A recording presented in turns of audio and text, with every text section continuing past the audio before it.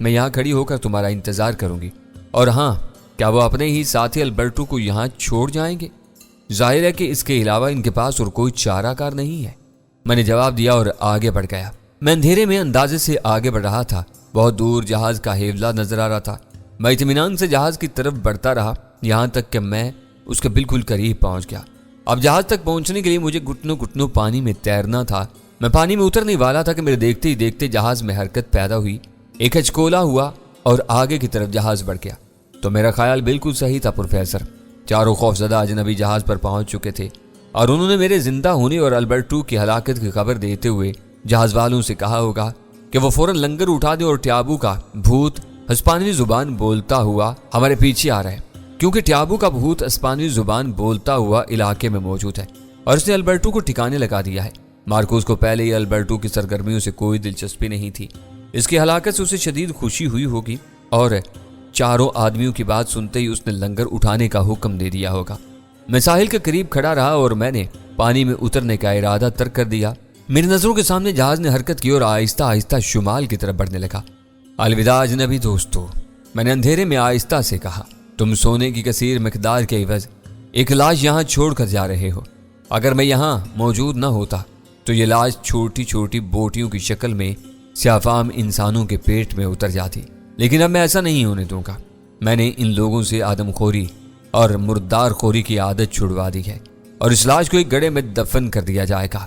میں کافی دیر تک ساحل پر کھڑا رہا، جہاز کو دور جاتے دیکھتا رہا اور انسانی زندگی کی بے ضابطگی پر غور کرتا رہا۔ البرٹو جو سونے کا سب سے زیادہ دیوانہ تھا، جس نے سونے کی خاطر اپنے عزیز دوست کو دھوکہ دے کر اس کے دادا کا نقشہ چرایا، جس نے خطرناک مہم سر کی، اپنے وطن سے ہزاروں میل دور پرخطر راہ طے کر کے پہنچا، جس نے محض سونے کے لالچ ہی میں انسانی جانوں سے کھیلنے کی کوشش کی، جس کے دل میں انسانیت اور رحم نام کی کوئی چیز نہیں تھی۔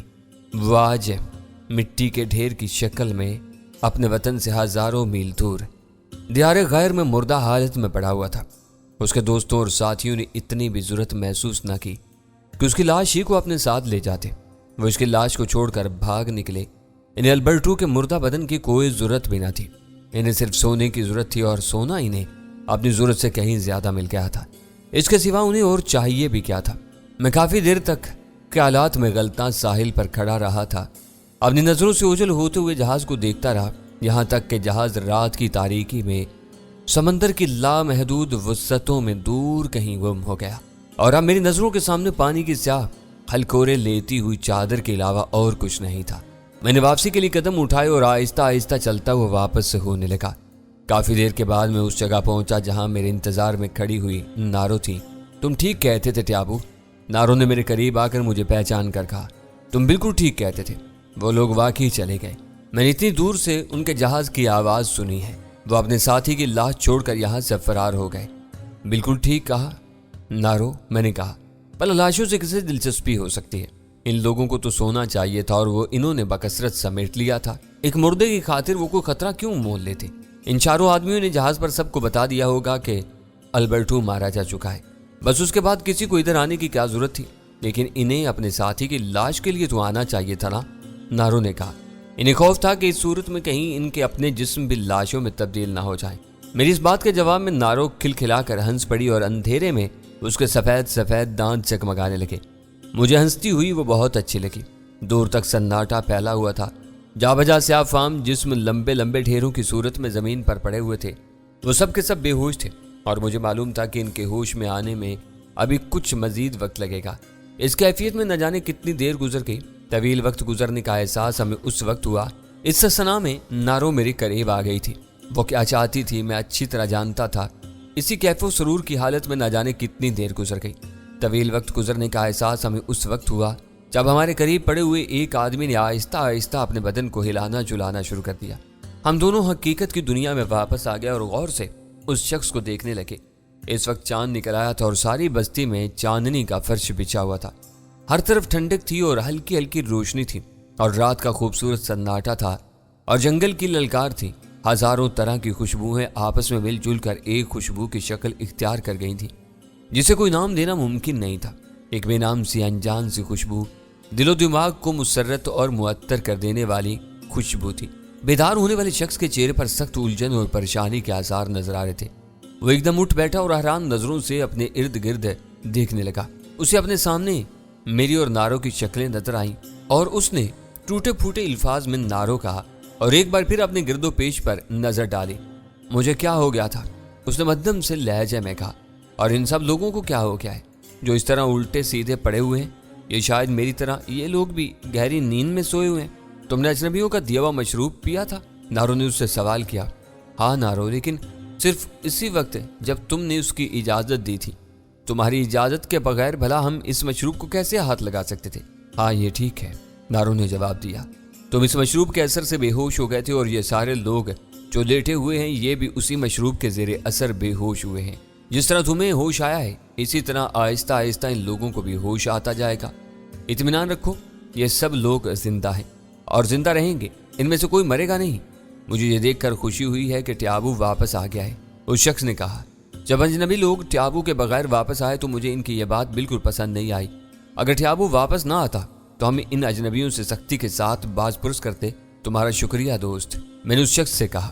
اب میں واپس آ چکا ہوں اور تمہارے سامنے موجود ہوں۔ رفتہ رفتہ دوسرے لوگوں کو بھی ہوش آنا شروع ہو گیا پروفیسر، اور دیکھتے ہی دیکھتے کچھ دیر میں سارے لوگ ہوش میں آ گئے۔ وہ سب کے سب ہوش میں آنے کے بعد پٹی پٹی نظروں سے ادھر ادھر ایک دوسرے کی طرف دیکھتے اور ایک دوسرے سے سوال کرتے کہ انہیں کیا ہو گیا تھا۔ اسی اثنا میں ان کی نظر البرٹو کے سفید پام جسم پر پڑی جو بے جان انداز میں زمین پر پڑا ہوا تھا۔ یہ کون ہے؟ ان میں سے ایک نے خوفزدہ آواز میں کہا۔ یہ تو جہاز والے سفید پام اجنبیوں میں سے کوئی معلوم ہوتا ہے۔ شاید یہ مر گیا ہے، اسے کس نے مارا ہے؟ یا شاید یہ بھی ہم لوگوں کی طرح بے ہوش ہے اور تھوڑی دیر میں ہوش میں آ جائے گا۔ تمہیں اس کے بارے میں تفصیل سے بتا دیا جائے گا، میں نے اسے مخاطب کرتے ہوئے کہا۔ ذرا سب لوگوں کو مکمل ہوش میں آ لینے دو، اس کے بعد میں تم لوگوں کے سامنے ان واقعات کی ساری تفصیلات پیش کروں گا۔ بہتر، امکا نے جواب دیا اور تجسس کے عالم میں البرٹو کے جسم کو ٹٹولنے لگا۔ وہ جگہ جگہ سے اسے چھو کر دیکھ رہا تھا گویا وہ کسی اور مٹی کا بنا ہوا ہو۔ میں اس کی اس حرکت کو بڑی دلچسپی سے دیکھ رہا تھا۔ اب سارے لوگ اپنے مکمل طور پر ہوش و حواس میں آ چکے تھے۔ ان میں سے ہر ایک کی زبان پر ایک ہی سوال تھا کہ ہمیں کیا ہوا تھا۔ میں نے ان سب لوگوں سے کہا کہ وہ ایک جگہ جمع ہو جائیں۔ سارے لوگ میدان میں جمع ہو گئے، جن میں امکا بھی شامل تھا، جو البرٹو کے جسم کو اچھی طرح ٹٹول لینے کے بعد تیزی سے میدان کی طرف بڑھ گیا تھا جہاں سب لوگ جمع ہو رہے تھے۔ چاندنی رات کی سنہری روشنی میں سیاہفام جسموں کا یہ اجتماع ایک عجیب و غریب نظارہ پیش کر رہا تھا۔ جب سارے لوگ جمع ہو گئے تو میں نے انہیں حتی الامکان مختصر طور پر یہ بات بتائی کہ کس طرح اجنبیوں نے مجھے دھوکہ دے کر ہلاک کرنا چاہا، کس طرح وہ ہمارے قبیلے کی 4 عورتوں کو اغوا کرنا چاہتے تھے اور کس طرح میں نے ان کے منصوبے کو ناکام بنایا۔ میں نے لوگوں کو بتایا کہ شگان دیوتا نے مجھے ان لوگوں کی زبان بولنے کا حکم دیا اور میں ان کی زبان پوری طرح بولنے اور سمجھنے لگا تھا، لیکن یہ لوگ اس بات سے بے خبر تھے۔ میں نے لوگوں کو بتایا کہ نارو کو میں نے ہی ہدایت دی تھی کہ وہ اپنا فیصلہ بدل دیں اور اجنبیوں کو مشروب تقسیم کرنے کی اجازت دے دے تاکہ یہ دیکھ سکوں کہ لوگوں کے بے ہوش ہو جانے کے بعد اجنبی لوگ کیا کرتے ہیں اور انہیں صحیح سزا دے سکوں۔ میں بولتا رہا اور لوگ پوری توجہ سے کان لگائے میری بات سنتے رہے۔ میں نے انہیں بتایا کہ پتھروں پر گرنے کے بعد میں اسی لیے نہیں مرا تھا کیونکہ شگان دیوتا نے مجھے خصوصی طاقت سے نوازا تھا اور البرٹو کے جلتی ہوئی مچھلوں کے حملے سے بھی میں اسی لیے محفوظ رہا کیونکہ شگان دیوتا نے مجھے یہ قوت عطا کی تھی اور ان اجنبیوں کی زبان بھی مجھے شگان دیوتا ہی نے سکھائی تھی۔ اب اجنبی سونا جمع کر کے بھاگ چکے ہیں۔ میں چاہتا تو سب کو روک کر سزا دے سکتا تھا لیکن میں نے اس کی کوئی خاص ضرورت محسوس نہیں کی۔ میں نے اپنی گفتگو ختم کرتے ہوئے لوگوں سے کہا، اس کی وجہ یہی ہے کہ اجنبیوں میں جو شخص سب سے زیادہ شرپسند اور فتنہ پرور تھا وہ میرے ہاتھوں ہلاک ہو چکا ہے اور اس کے علاوہ مجھے اجنبیوں میں سے کسی سے کوئی شکایت نہیں تھی۔ اچانک امکا اپنی جگہ پر اٹھ کھڑا ہوا اور ہاتھ ہلا کر کچھ کہنے کی اجازت طلب کرنے لگا۔ چاند کی چاندنی میں اس کا سیاہ فام جسم پوری اسرار ہیولے کی مانند نظر آ رہا تھا۔ مجھے بڑا تعجب ہوا کہ امکا کیا کہنا چاہتا ہے۔ اس نے آج تک کبھی مجھ سے کوئی سوال نہیں پوچھا تھا۔ تم کیا کہنا چاہتے ہو امکا؟ میں نے اسے پوچھا۔ میں صرف یہ کہنا چاہتا ہوں ٹیابو کہ وہ اجنبی جس کا نام البرٹو ہے اور جو وہاں زمین پر پڑا ہوا ہے وہ مردہ نہیں ہے بلکہ زندہ ہے اور اسے ذرا زور کی چوٹ لگی ہے اور اس کی وجہ سے وہ ہوش و حواس سے بیگانہ ہو گیا ہے لیکن اس کا سانس چل رہا ہے۔ کیا تمہیں اس بات کا یقین ہے امکا؟